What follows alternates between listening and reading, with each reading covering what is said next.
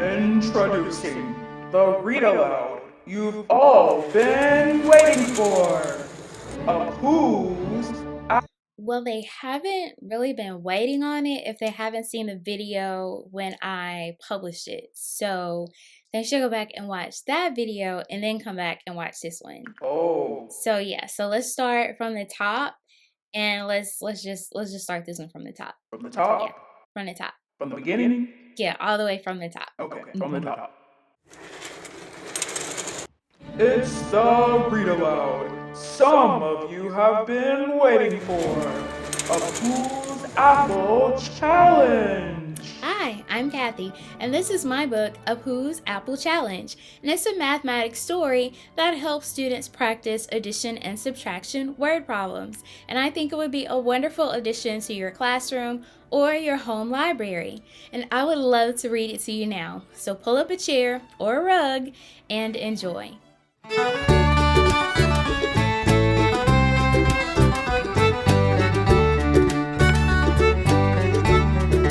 Apu's Apple Challenge by Kathy Smith. Apu's Apple Challenge by Kathy Smith, Summa School Publishing. Dedicated to the math teachers of the world.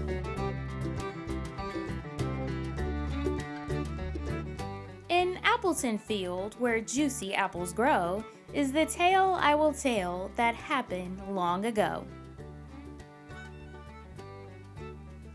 There lived Apu the apple farmer, the richest man in town. In fact, his apples made him the richest man around. He decided to hold a challenge to prove he was a whiz and see if any townsfolk had brains as big as his. He mailed letters with the rules to everyone he knew. He explained the game in detail so they'd know just what to do.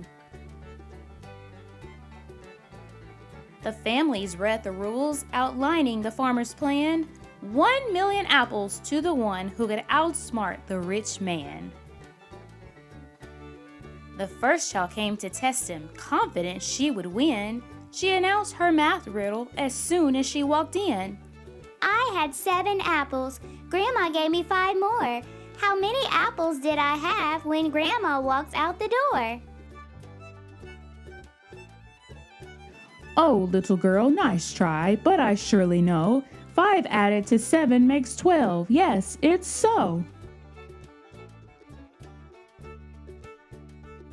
Next came a little girl with a fancy orange purse. She said her math riddle in a clever little verse. I had 14 apples. I lost 6 at the park. How many did I have when I made it home before dark? Sorry, little girl, you didn't trick me. I crossed out 6 and still have 8. Come look and see. Next came a little boy with curly orange hair. I have a riddle for you. Try to solve it if you dare. I had 5 red apples and my friend had 9. How many did we have when we put them in a line?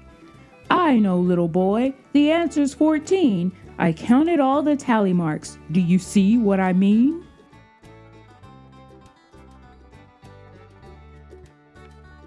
In came a little boy with a missing shoe. He lost it as he ran so he could tell his riddle too. I had 11 apples. They were red and green.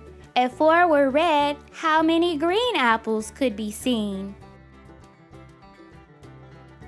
Little boy, I drew 11 apples and circled all the red. That left 7 green. I thought it in my head. Then a boy came in with a huge grin. He just knew within himself that he would soon win. I picked 17 apples. My dear friend Kate picked 8. How many more apples did I pick than my dear old friend Kate? I've solved your little riddle. It really was a treat. When I circled common apples, you had 9 more left to eat.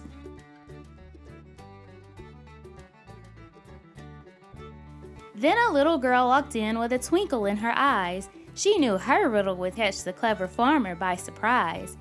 It's not very tall. It's not very wide. It's tiny, but it holds a huge orchard inside. The clever farmer thought, and then he thought some more. What on earth could it be?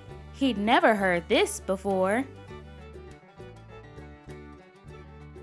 The little girl spoke up after the farmer tried. Dear farmer, it's an apple seed with an orchard inside. The blushing farmer sighed, his head in a whirl. 1,000,000 juicy apples for a clever little girl. Check out some great learning resources I've compiled just for you to accompany this book. Details in the description. If you love this story, you can purchase it at Amazon.